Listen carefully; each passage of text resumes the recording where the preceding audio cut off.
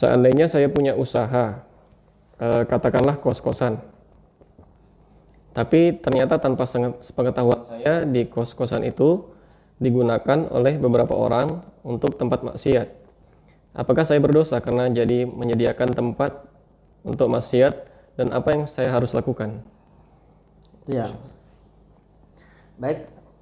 Di sini hukumnya menyewakan sesuatu, atau di sini contohnya adalah rumah kontrakan ya, kontrakan, dan kemudian di sana ada terjadi sebuah kemaksiatan. Apa hukumnya? Kan gitu. Di sini perlu kita pahami bahwasanya akad jual beli atau sosial, atau kemudian kita menyebutnya dalam fikih itu muamalah ya. Al aslu fil muamalah al halal, al hil, bahwasanya pada dasarnya hukum dasar muamalah itu adalah diperbolehkan secara umum.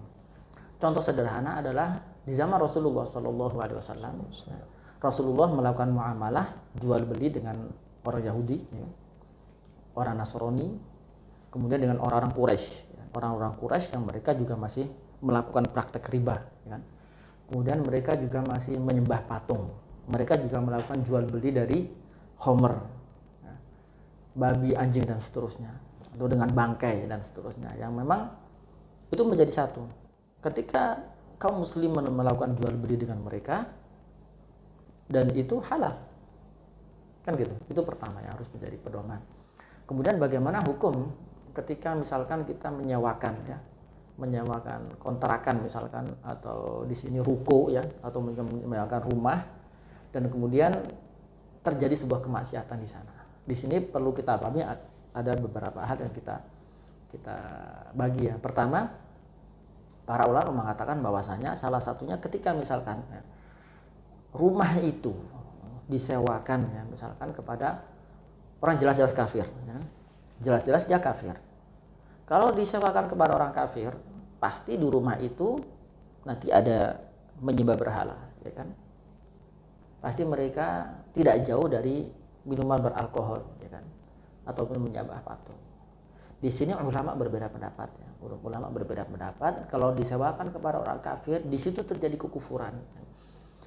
Di sini sebagian ulama mengatakan tidak boleh, karena itu adalah sebuah kekufuran, dan kita wa ta'awanu 'alal itsmi wal 'udwan wa la ta'awanu 'alal itsmi wal 'udwan. Dalam Al-Qur'an kita tidak boleh saling menolong dalam sebuah kekufuran. Itu pertama ya. Kalau kita menyewakan dengan kepada orang kafir. Ya. Pendapat yang pertama. Pendapat yang kedua, ini diperbolehkan. Ini diperbolehkan. Kenapa? Akadnya adalah seperti jual beli. Ya. Seperti jual beli, sebagaimana para sahabat di zaman Rasulullah juga melakukan aktivitas jual beli dengan orang-orang kafir yang mereka masih melakukan berbagai aktivitas kekufuran di sana, kan gitu. Ini terjadi perbedaan pendapat di kalangan para ulama tentang masalah hukum itu. Kemudian bagaimana dengan melakukan sebuah kemaksiatan? Kemaksiatan di sini ada dua, dibedakan jadi dua. Kalau yang menyewa adalah muslim, di sini dibedakan jadi dua. Pertama, di akad awal misalkan menyewa ruko ya. Menyewa ruko untuk jual beli khamr ya. Menyewa ruko itu untuk jelas ya, dia untuk misalkan untuk tempat ibadah untuk gereja ya, untuk ibadah mereka. Kemudian mereka menyewakan ruko untuk jual beli kambing, anjing misalkan. Sudah jelas-jelas di situ untuk tujuan yang haram. Maka ulama di sini sepakat di situ juga termasuk nggak boleh ya. Karena sudah jelas-jelas ya.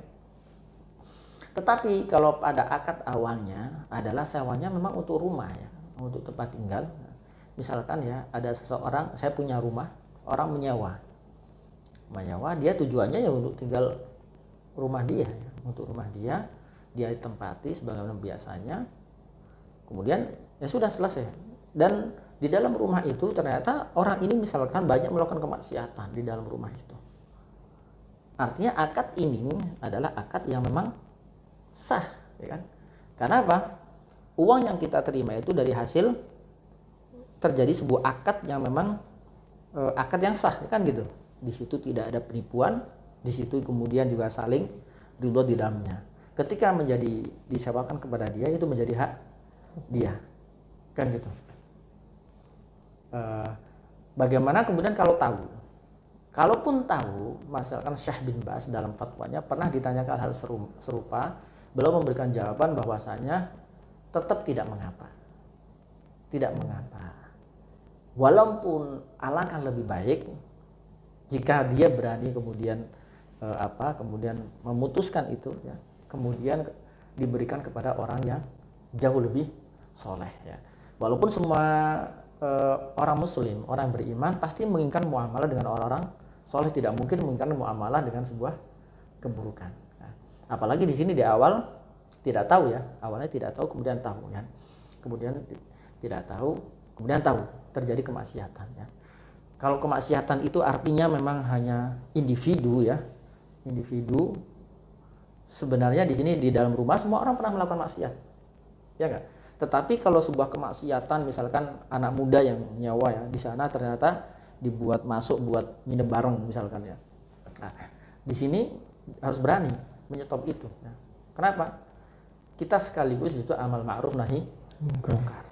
Dan perlu kita ingat, misalkan sebuah hadis dari Rasulullah SAW, innaka lan tad'a syai'an lillah illa baddalaka Allahu bima huwa khairun minhu. Nah, wahai sesungguhnya engkau jika meninggalkan sesuatu karena Allah, tidaklah Allah mengganti sesuatu kecuali dengan yang jauh lebih baik. Kan gitu. Dan contoh itu sangat banyak sekali, Allah ganti dengan lebih baik ya. Baik itu berupa rezeki di dunia, tetapi yang terpenting adalah sebuah ketenangan ya kan. Sebuah manisnya iman ya. Tentunya Allah ganti yang jauh lebih baik kelak di surga. Seandainya misalkan aduh habis saya putus ternyata nggak ada yang nyewa sama sekali, misal ya, jangan berpikir bahwasanya Allah tidak mengganti ya. Allah ganti kelak di akhirat kalau tidak di dunia ya. Kita semuanya manusia berharap Allah ganti cash di dunia gitu. Dan banyak juga kisah-kisah ketika orang berani meninggalkan karena Allah ganti jauh lebih baik, itu sangat banyak, jauh lebih banyak dibanding orang yang tidak diganti untuk di dunia ya, seperti itu. Mungkin seperti itu. Ya memang ini salah satu permasalahan juga di zaman sekarang mungkin terkait ya, ini banyak yang usaha kos-kosan zaman sekarang saat jadi banyak yang kepikiran kalau kos-kosannya dipakai untuk hal-hal yang berbau maksiat. Teman anak juga ada, dia punya kos-kosan, dia tahu tapi dia mau ngusir juga bingung gimana karena dia sudah terlanjur akad kan. Makanya dia juga sama sih pertanyaan seperti ini juga. Jadi harus berani juga Ustaz ya kalau memang sudah tahu ya, kalau memang bisa dihentikan gitu. Perlu kita ketahui sekarang gairah masyarakat untuk kembali hidup ke Islam itu semakin besar kan. Ketika ditemukan misalkan ya kontrakan yang syar'i atau saya yakin banyak yang berbondong-bondong untuk menyewakan. Orang-orang soleh itu pasti ingin mencari sebuah lingkungan yang semuanya orang baik, ya nggak? Kan gitu. Mencari lingkungan, malah sebenarnya itu promosi secara tidak langsung, atau misalkan dibuat peraturan ya, dilarang non muhrim dan segala macam. Itu sangat banyak sekali sekarang ya. Sekarang sangat banyak sekali kos-kosan yang ada tulisannya misalkan tidak boleh jam sekian sampai jam sekian keluar rumah ya. Tidak boleh membawa ini ya. Dan itu buktinya juga laris gitu. Ketika misalkan itu disewakan kepada mahasiswa, orang tua jauh lebih tenang menyewakan di situ daripada di luar, ya kan? Kan gitu. Orang tua jauh lebih tenang ketika itu mahasiswa. Orang berkeluarga pun juga sama. Orang-orang yang soleh jauh lebih tenang tinggal di sebuah tempat yang memang di situ tahu bahwasanya yang pemiliknya orang baik, yang menyewa pun pasti orang-orang yang baik. Kalau nggak baik, nggak bakal tahan di situ, ya nggak? Betul. Seperti itu. Masya Allah. Wah, ini berarti salah satu ininya juga nih, salah satu tips dari Ustadz. Jadi mungkin bisa dibuat peraturan yang usaha kos-kosan untuk lebih syar'i mungkin peraturannya. Jadi untuk meminimalisir mitigasi dari yang mungkin potensi-potensi kemaksiatan yang akan terjadi.